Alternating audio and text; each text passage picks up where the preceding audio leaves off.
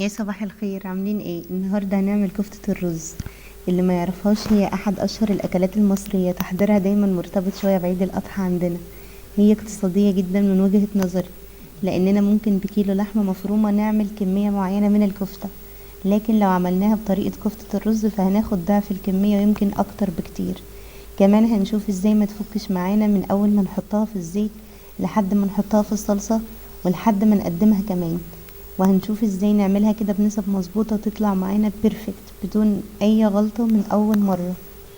بس لو اول مرة تشوفوني، انا اسمي اسماء. لو عجبكم الفيديو ما تنسوش تشتركوا في القناة ولايك وشير وفعلوا الجرس عشان يوصلكوا اشعارات بكل وصفاتي. يلا بينا نبدأ.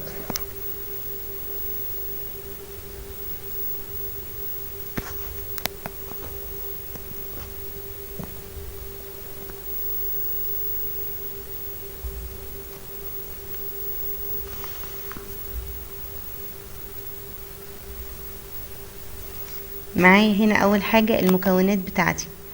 اللحمة المفرومة معايا نص كيلو من اللحمة المفرومة، ولازم تكون اللحمة المفرومة من وش الفخذ او من الفخدة، يعني من وش الفخدة او من الفخذ، تقولوا للجزار كده. ومعايا البهارات بتاعتي، عبارة عن معلقة ملح، وطبعا الملح ظبطوه حسب الذوق، ومعلقة من الفلفل الاسود، ومعلقة من الكمون، ومعلقة من البهارات المشكلة، وتوم بودر وبصل بودر. ومعايا هنا الرز بتاعي، انا غسلاه ومصفيه كويس، وكمان لفيته في فوطة، يعني غسلته ولفيته في الفوطة من بالليل لحد الصبح، يعني حوالي 12 ساعة، ولكن ممكن تكتفوا ب4 ساعات بس. طبعا الحركة دي عشان نسهل مرحلة الطحن واحنا بنطحن الرز.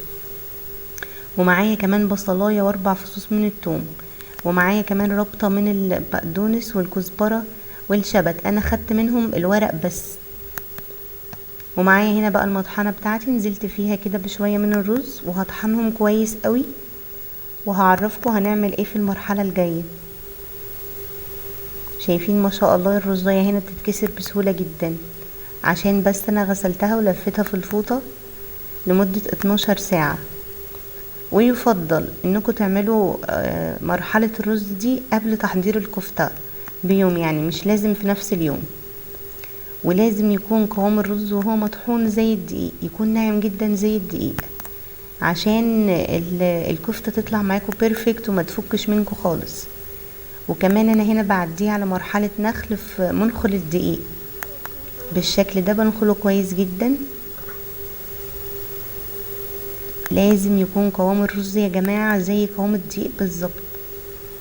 وانا بفضل ان اعمل رز الكفتة في البيت، ما بحبش ان انا اجيب دقيق الرز من اي سوبر ماركت بره، لان ده بيدي نتيجة وده بيدي نتيجة تانية خالص. وطبعا اللي بنعمله في البيت بيدي نتيجة هايلة. والشوية الخشنين بقى عديتهم على المطحنة وهطحنهم تاني وهعيد نخلهم تاني. ونزلت هنا بقى بالخضرة بتاعتي، شايفين انا واخدة الورق بس، ولكن لو حطيته الحواصي اللي فوق بتاعة الخضرة هينزل منها مية كتير، وهتخلي الكفتة تفك وتبوظ منكم خالص. ونزلت هنا بالخضرة والبصل والثوم والبهارات بتاعتي، وهديهم فرمة كده ناعمة في الكبة، وبعدين هنشوف هنعمل ايه. ولكن لو مش متوفر عندكم الكبة، فممكن تاخدوا كل المكونات دي وتفرموها عند الجزار، مفيش اي مشاكل. فرمتها كده فرم ناعم في الكبة، وهنزل بنص كمية اللحمة بتاعتي.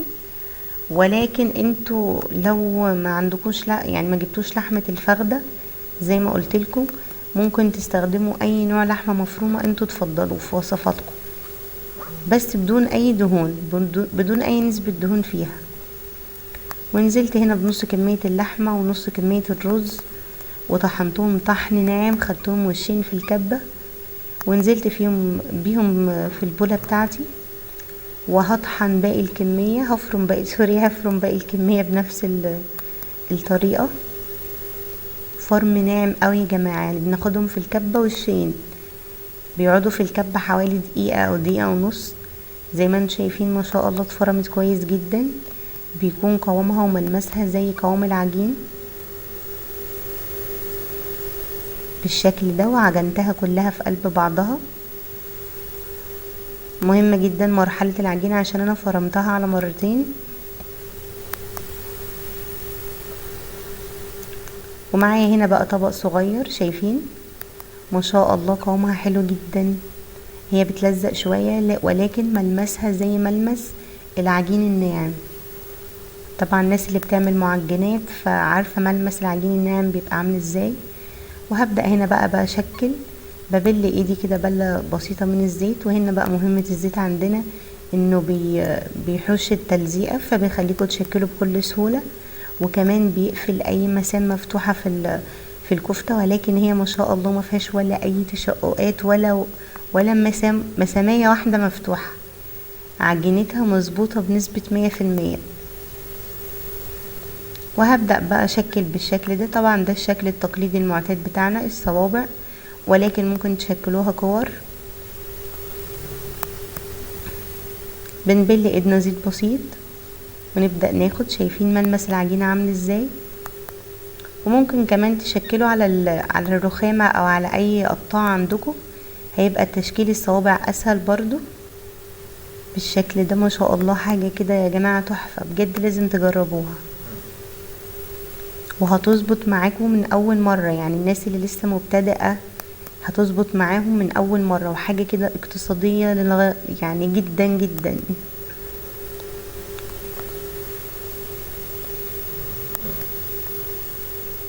وكمان ممكن تحتفظوا بيها في التلاجة بعد التشكيل، يعني في طبق فويل،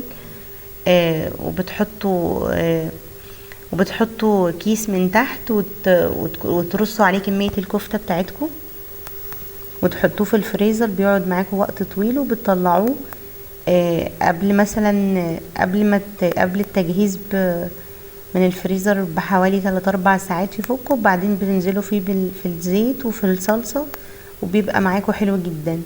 وانا هنا شكلت معاكم كام واحد كده علشان تعرفوا اكتر. وهنا بقى خلصت كل الكمية بتاعتي زي ما انتم شايفين. ما شاء الله النص كيلو لحمة اداني حوالي 1.5 كيلو من الكفتة، يعني حاجة كده اقتصادية للغاية. ومعايا هنا بقى الطاسة بتاعتي رفعتها على النار بالشكل ده، نار عالية، وهنزل بكمية غزيرة من الزيت. لازم الزيت يكون مغطي الكفتة من فوق، وما تقلقوش هي ما بتشربش زيت خالص اطلاقا، لان هي ما فيهاش اي مسام مفتوحة. ولازم الزيت يسخن كويس قوي، ما ينفعش تحطوا الكفتة والزيت بارد. وهنزل بكمية الكفتة بتاعتي بالشكل ده للمرة التانية. يا جماعة لازم تكون كمية الزيت غزيرة وتغطي وش الكفتة من فوق، وما تقلقوش الزيت بيرجع نظيف زي ما هو، مبينزلش فيه اي حاجة. وهي كمان ما شاء الله عشان عجينتها بيرفكت مظبوطة جدا، فما بتشربش زيت خالص، فالزيت هيرجع معاكم نضيف زي ما حطيتوه بالظبط. وهنا بقى هي خدت اللون، انا ما بقلبهاش خالص وهي لسه عجين، هي بتاخد اللون كده وبحركها بالمعلقة واطلعها على طول في المصفى بتاعتي بالشكل ده. شايفين ما شاء الله لونها حلو ازاي، وكمان ولا واحدة فكت، حاجة كده تحفة.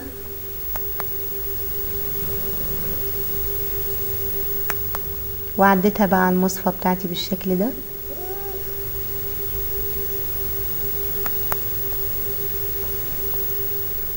مش هنحتاج نطلعها على مناديل اصلا لان هي مش شربتش زيت اطلاقا.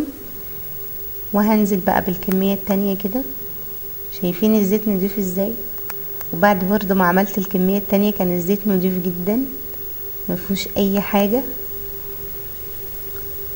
وهنا بقى ما شاء الله خدوا لون، واخرجهم بنفس الطريقة.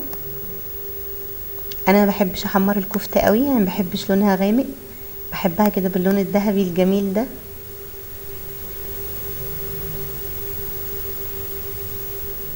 ومن جوه طبعا استوت بنسبة 100%، ولسه كمان بتكمل باقي سوا لمدة دقيقة او حاجة او دقيقتين في الصلصة. وهنا بقى هعمل الصلصة بتاعتي. رفعت الحلة على النار بالشكل ده، ونزلت فيها بمعلقتين من الزيت ومكعبين من الزبدة البلدي. الزبدة بتدي طعم حلو قوي، وانا دايما بحب اعمل ميكس ما بين الزيت والزبدة. ومعايا هنا بصلاية حجم وسط، فرماها كده فرم مش ناعم ولا خشن زي ما انتم شايفين. ونزلت بالبصل، انا مش هحمر البصل ولكن البصلة هتدبل وهنزل بالصلصة على طول.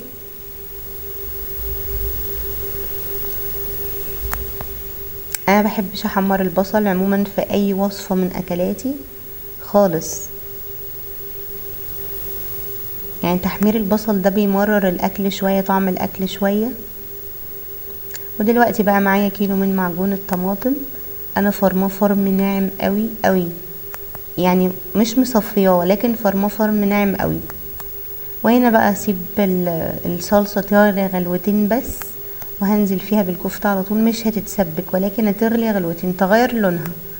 ونزلت بمعلقتين من الملح، والملح طبعا ظبطوه حسب الذوق، ومعلقة من السكر عشان تظبط معدل الحموضة في الصلصة.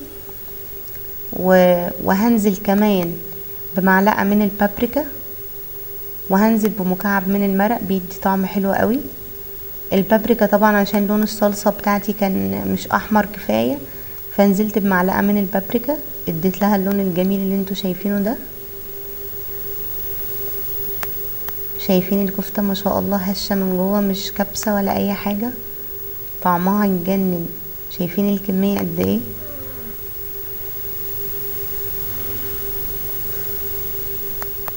وهنا بقى الصلصة ما شاء الله غلت غلوتين، شايفين هي خفيفة مش تقيلة ولكن بتتقل مع الكفتة. وادتني كمان بعد البابريكا اللون الاحمر الجميل ده. وهنزل هنا بكمية الكفتة بتاعتي،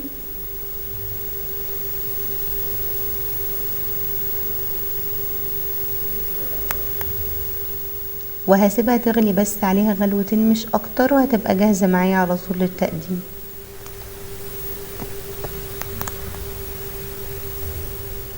وهنا بقى انا قفلت عليها خالص النار، طفيت عليها، هي دلوقتي خلاص جاهزة، يعني سبتها غلت غلوتين بس حوالي نص دقيقة. وهنزل برشة من الكمون ورشة من الفلفل الاسود. وانتوا دايما عارفين ان انا ما بحبش احط البهارات بتاعتي والنار شغالة على الاكل، ولكن بعد ما بقفل النار بحطها. ودلوقتي بقى ما شاء الله هي جاهزة معايا، وعايزة اقول لكم طعمها وريحتها بجد حاجة رهيبة، بجد لازم تجربوها. وكمان عملت معاها شوية رز ابيض مفلفلين كده، سيب لكم طريقتهم في صندوق الوصف. بس كده، اتمنى يكون عجبكم الفيديو، ما تنسوش تشتركوا في القناة ولايك وشير وفعلوا الجرس عشان يوصل لكم اشعارات بكل وصفاتي. اشوفكم على خير في فيديو جديد ان شاء الله. باي باي.